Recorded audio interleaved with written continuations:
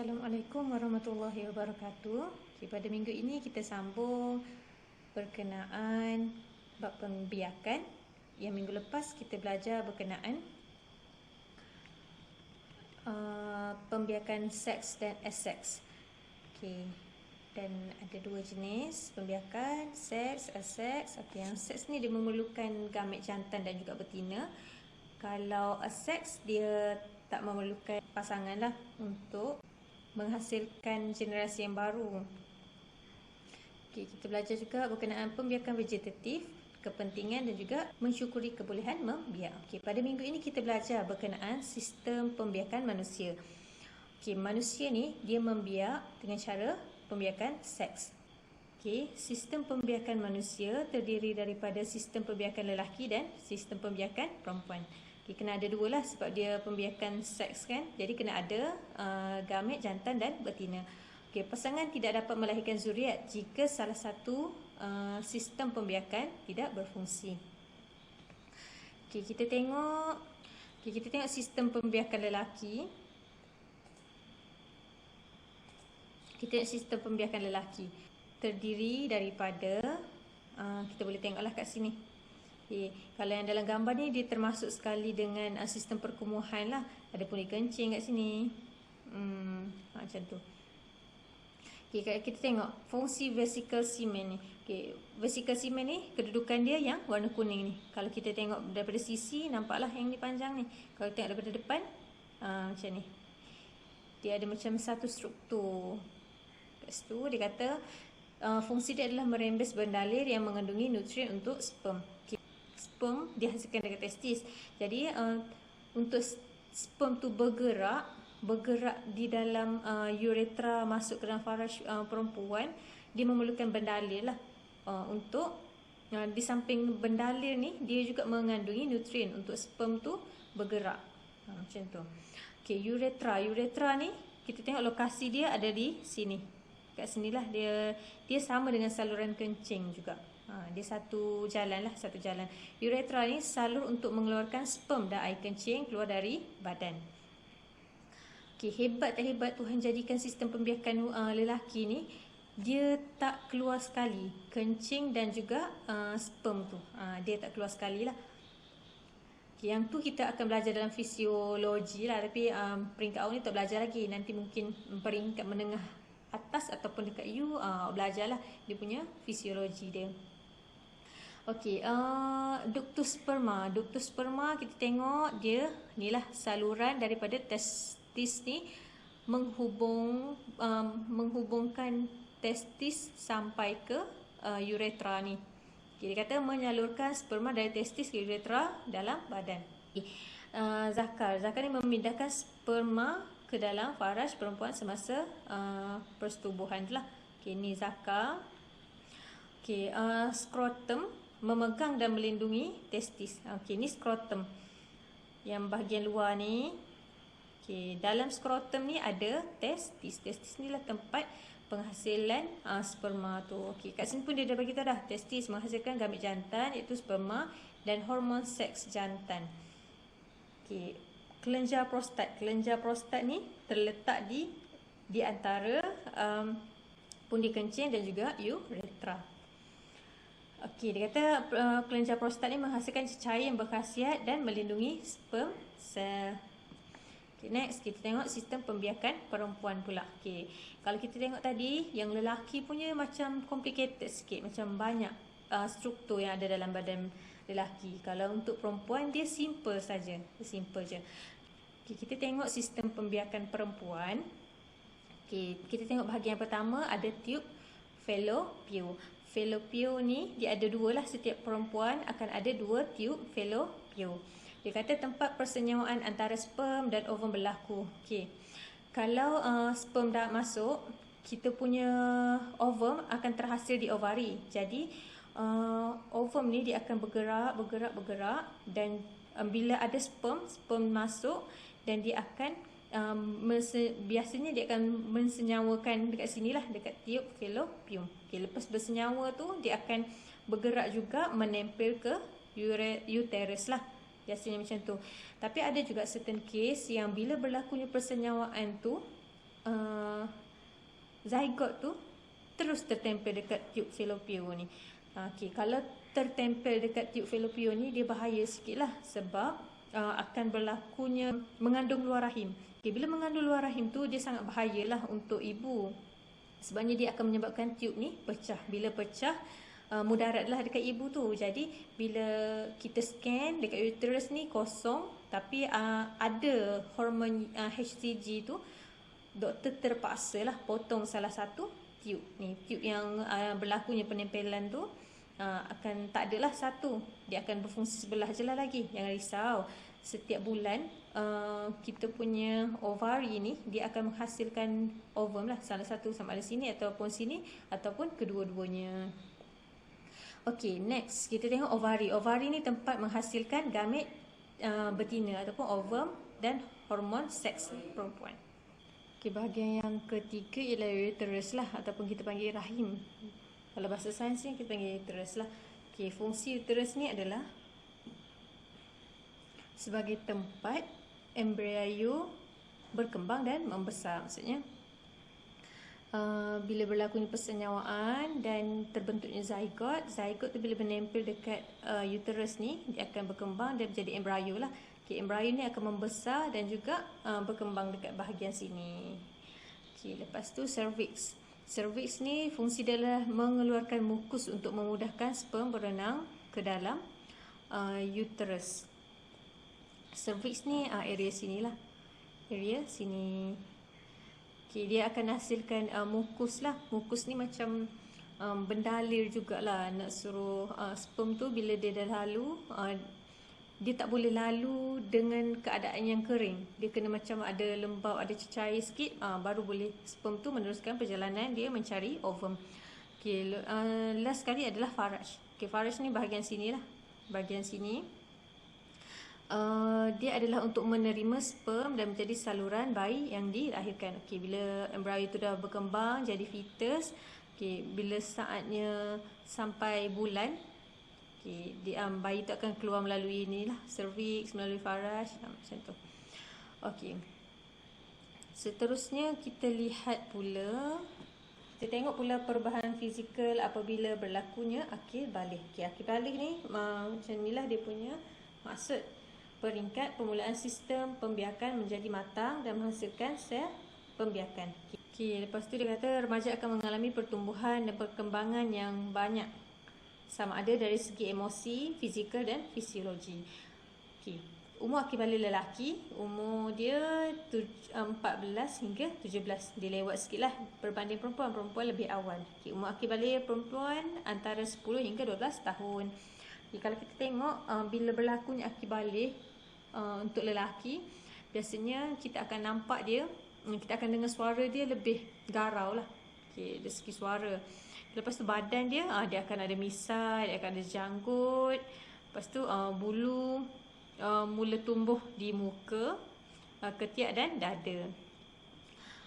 Okay, untuk perempuan pula, okay, badan dari segi badan secara fizikalnya, okay, buah dada membesar, punggung mula padat dan lebar, bulu tumbuh di bahagian ketiak. Okay, next kita tengok perbandingan antara gamet jantan dan juga gamet betina. Okay, gamet jantan ni secara spesifiknya dia adalah sperm lah, sperma. Gamet betina tadi adalah ovum. Okay, kita tengok gambar sperma. Sperma ni dia ada nukleus lah dekat bahagian atas ni. Lepas tu dia ada eko, dia ada bahagian tengah. Okay, macam ni rupa sperma. Okay, rupa ovum pula dia bulat lah. Okay, dia ada lapisan jelly, dia ada nukleus kat tengah ni, cytoplasma dan juga sel membran. Okay, kalau kita tengok antara sperma dengan ovum ni, dia ada persamaan. Perbandingan ni maksudnya persamaan dan perbezaan lah. Okay, persamaan dia yang warna oranye ni, okay, dia adalah sel pembiakan, seks, dan juga dia membawa maklumat genetik. Okay, maklumat genetik untuk ovum daripada mak lah, daripada yang betina, yang sperma ni daripada jantan. Okey, kalau kita tengok, kalau kita bandingkan antara ovum dengan sperma ni, kalau sperma ni dia tak boleh bergerak. Maksudnya dia akan stay je. Bila dia release daripada ovari tu, dia akan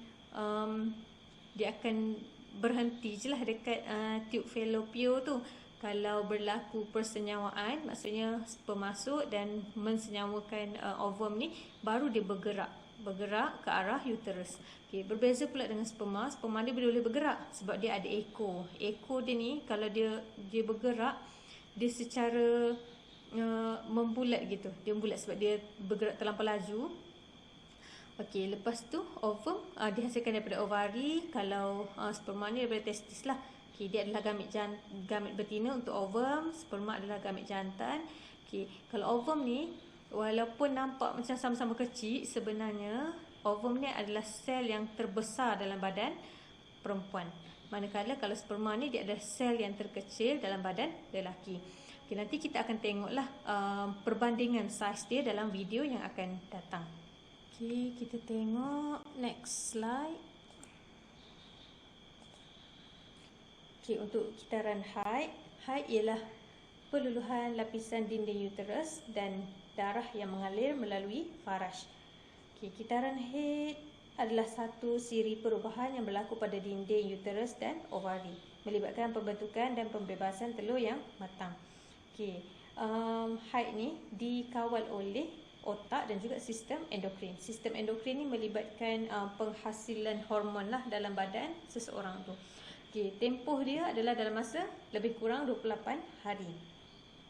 Okey, faktor yang mempengaruhi berlakunya kitaran haid ni adalah pengambilan nutrien, perubahan berat badan, perubahan emosi dan juga tekanan mental.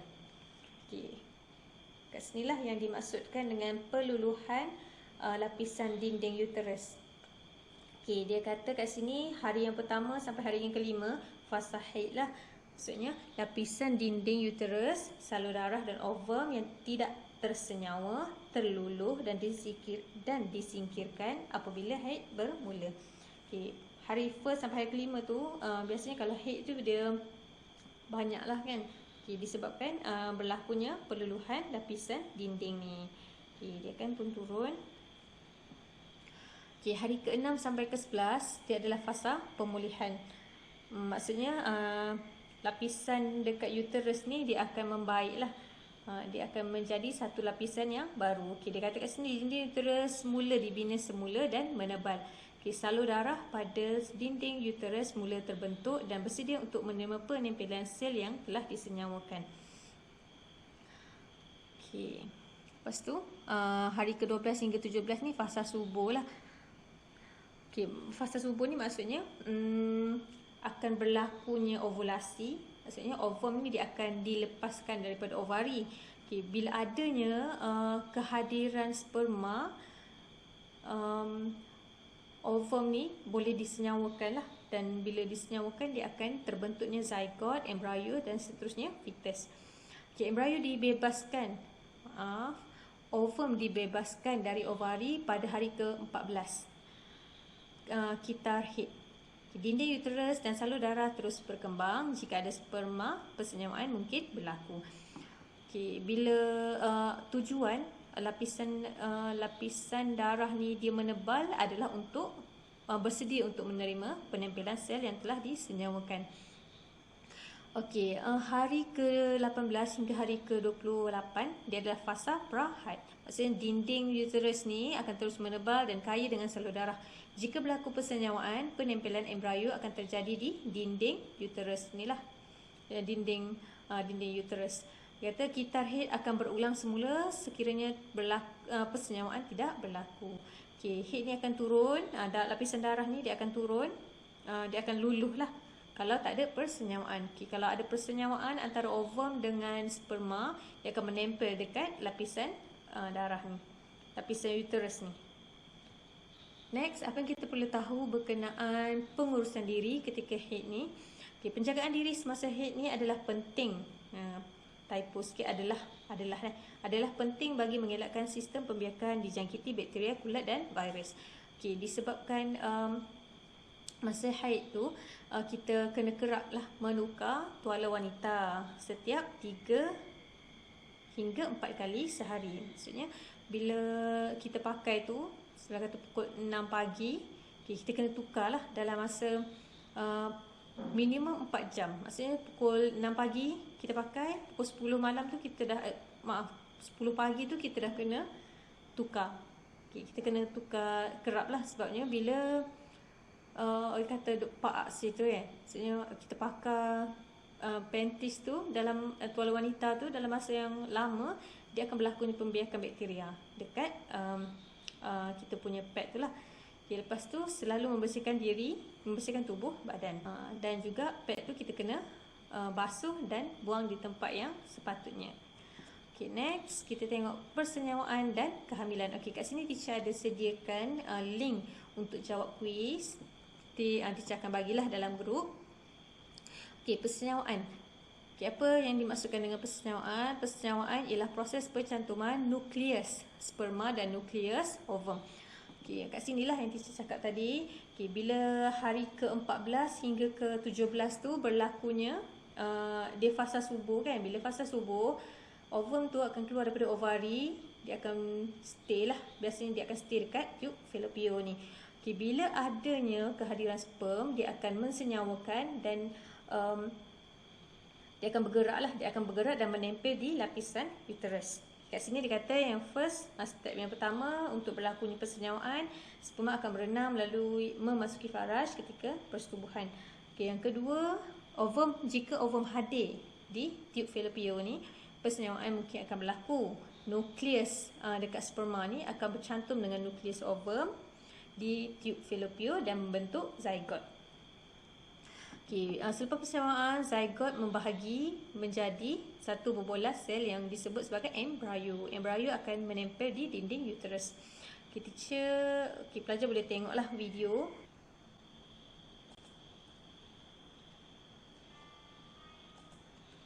Kat sini teacher cepatkan sikit lah, ke depan sikit pun. Okay, dia fertilization ni perkataan English lah untuk persenyawaan. Okay, yang kecil-kecil ini yang tengah berenang yang sangat banyak ni, dia adalah sperm. Sperm dari jantan lah, induk jantan. Okay, disebabkan dia punya bilangan tu sangat banyak. Okay, macam inilah keadaan dia. Okay, dia akan berenang. Tengok ekor dia, dia berenang tu sampai macam terpulas orang kata, sebab dia bergerak sangat laju lah. Okay, dekat sperm ni bahagian ekor dia mengandungi mitokondria yang sangat banyak lah. Sebab tu dia mitokondria ni membantu memberi tenaga untuk sperm ni bergerak. Okay, kalau tengok sperm ni dia dah memasuki cervix.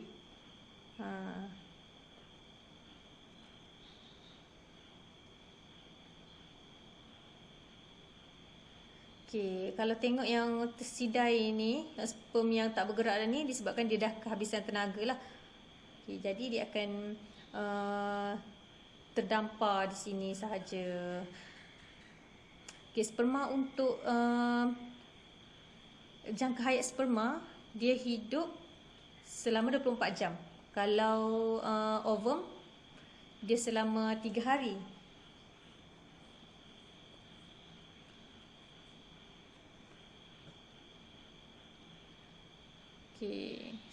Okay, kalau kita tengok sini ada macam ada 2 lubang. Maksudnya kat sini adalah bahagian tadi bahagian uterus. Dekat sini ni bahagian tube fallopian. Sama ada ke kiri ataupun ke kanan dia akan berenang.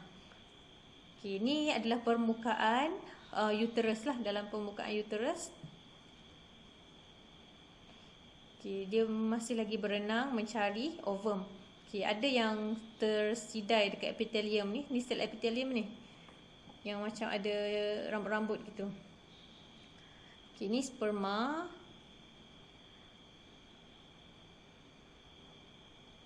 Ni keadaan dalam rahim lah.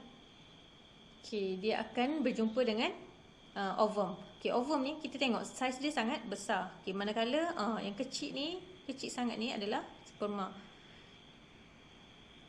Okay, sperma ni dia cuba untuk menembusi sel ovum.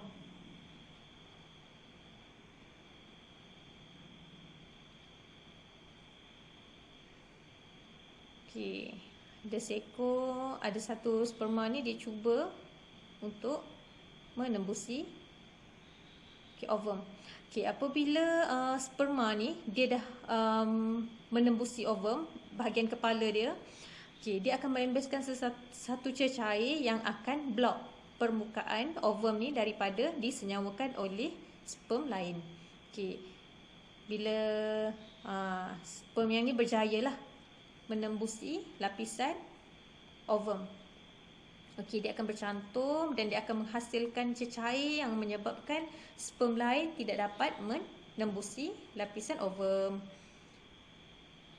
Okey, pelajar akan tengok sperm ni yang tergantung-gantung ni, dia akan stay kat situ lah, sama ada dia mati ataupun dia kehabisan tenaga. Okey, tengok yang lain dah tak dapat nak menembusi lah lapisan ovum ni.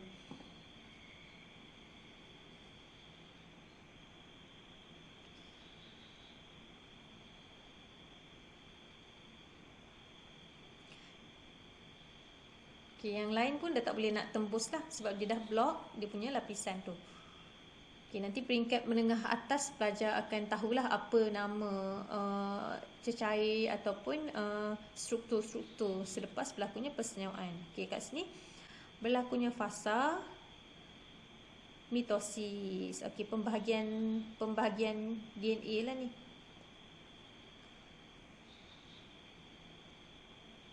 Okay, kalau belajar secara spesifik lagi, prophase, metaphase, telophase, itulah dia punya fasa-fasa lah tu.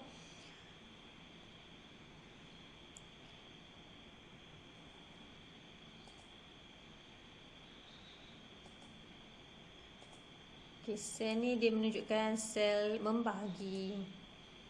Okay, lepas tu